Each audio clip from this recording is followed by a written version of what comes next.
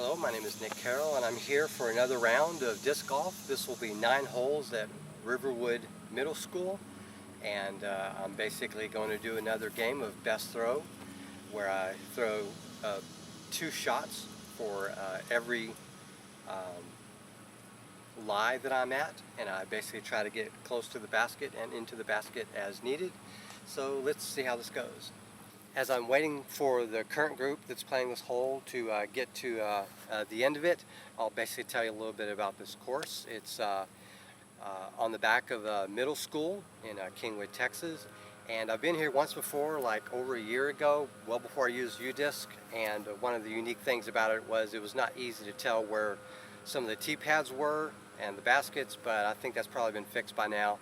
And either way, I'm going to do my best to navigate this without getting lost. So, but it's not a terribly big course, and it should be easy to play with putters and mid-ranges and maybe fairway drivers for someone like myself that can go 200, 250 sometimes. Okay, here we go with my leopard.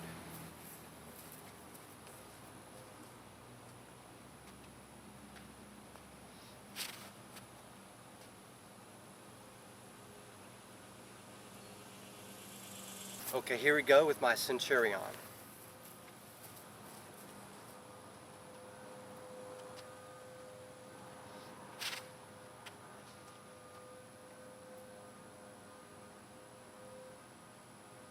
Okay, both my discs landed here and here, which is kind of nice that they're so close. I threw them exactly the same way and they actually ended up the same location. And I'm going to take the one that's slightly ahead right here and go towards the basket that way. Alright, here we go. Here goes nothing.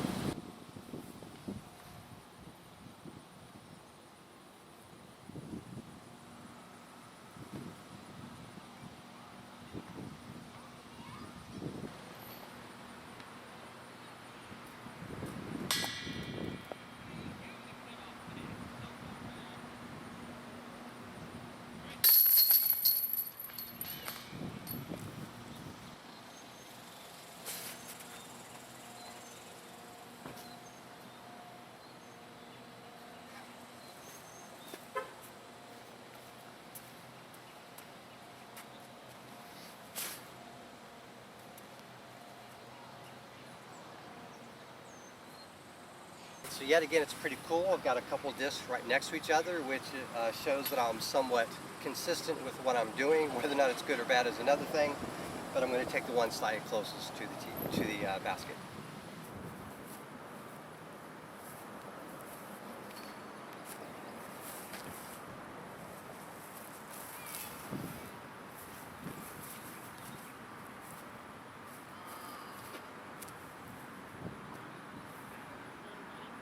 Alrighty, I can't really complain. Fairly easy par, which for me, I'll take. Okay, so some of the reasons I like doing these best shot or best throw rounds is it allows me to do more throws so I can get more practice, and also allows me to get used to the idea of making corrections.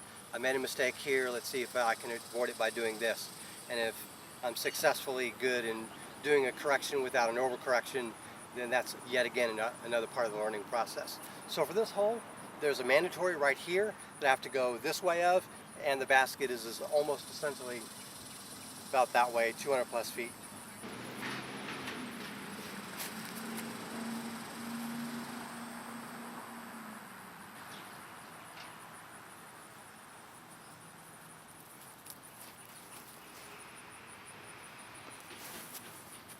Cheetah.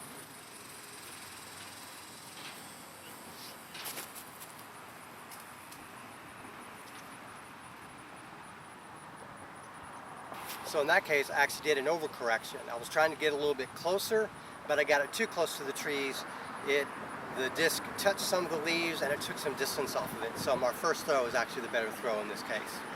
And just so you can see, this was my second throw. My first throw was actually closer to the basket than I realized off the tee. So realistically, I didn't need to do any corrections. My first throw was good on its own. So any day you can get this close on a drive is a great day. Okay, about 240 or so feet that way is the basket. I've got no real obstacles, so I'm just gonna let a couple of these discs fly and see what I can get.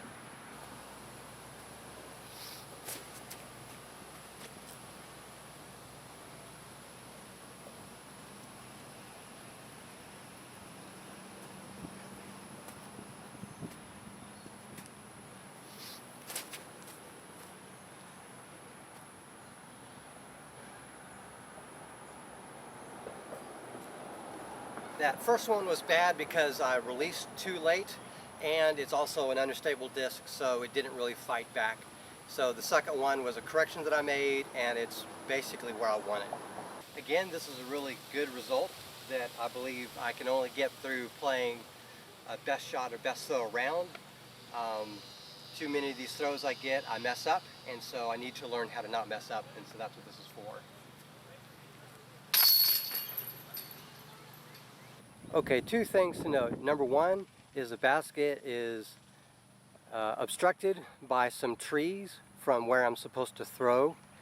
And number two, where I'm supposed to throw, number 5, I had a real hard time even finding this.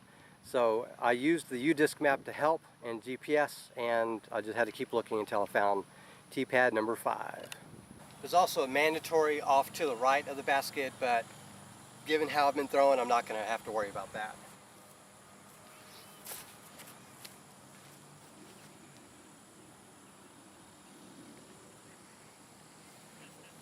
I actually parked it right next to the mandatory.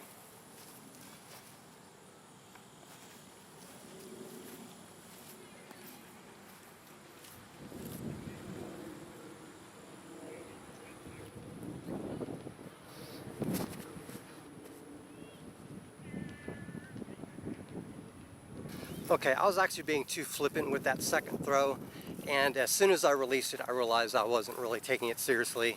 So that little turnaround at the end was exaggerated and not really effective. And so it's another lesson I need to learn, is to take my throws seriously. If I'm going to go through all the effort to throw twice, I need to make sure every throw counts. That's not to say that it was a bad throw per se, but you can tell it's close to the basket, but my other throw that I took more seriously is just a little bit closer. Okay, now it's my job to capitalize on this good throw.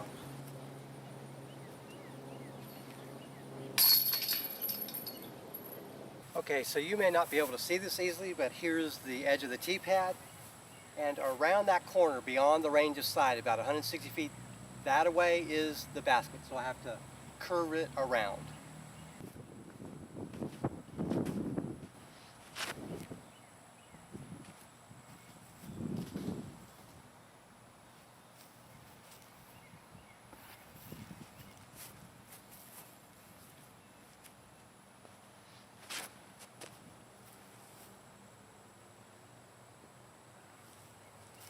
Okay, let's see how they went. Okay, where the camera is where this whippet landed. Even better is my pig. So I'm going to go ahead and go with the pig. Okay, this one was a bit of a nightmare to find. I had to use U-disc just to even get to close enough to the area to even see this set of orange bricks indicating T number 7, and there is a sign up here indicating it pointing towards hole 6, but realistically there's almost no way you're going to see this unless you really know where you're looking and look up. Anyways, here we go. 200 feet that way is the basket.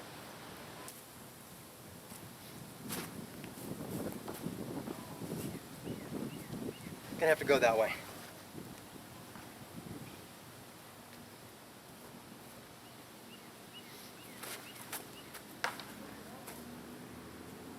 Okay, you can't win them all, but at least I got it relatively close.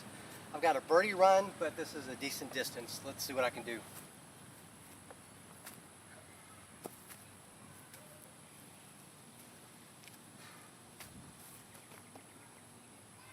Well, at least the safe bit is out of the way.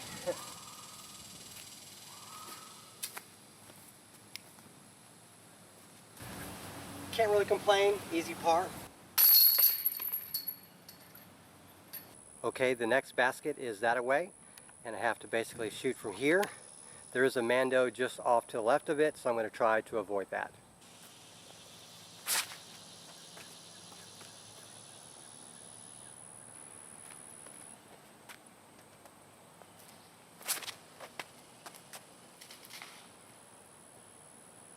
Okay, it's a little humbling, but I'm just throwing 2 nose up. And that's something I've got to correct for. Regardless, I'm close enough for a birdie run. Let's see what I can do.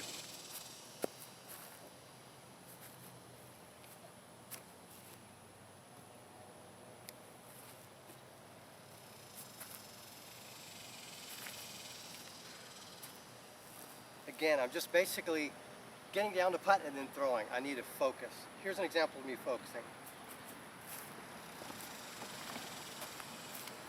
I'm just going to use my dart. Here's what I should be doing in theory. Stance, grip, hit the line, and the rip part is committing to the rip. That is at least better, closer to what I wanted. But beggars can't be choosers. I'm going to go ahead and take a part on this. Last but not least, hole number 9, the basket is that away. It's about 230 feet away from the tee pad, which is where my bag is against. So there's a mandatory that I have to get behind straight ahead, and this is ideally something better for a backhand turnover shot if you're right-handed, or forehand hyzer. We'll see how this goes.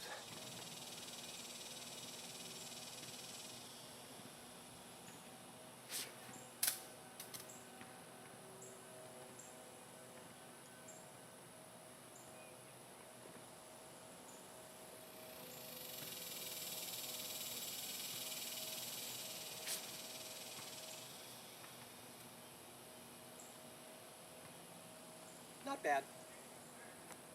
Alright, this one's going to be a little hard to shoot. I've got a branch here, but I think I can move across and at least try to get a putt or 2 in. We're going to see how this goes.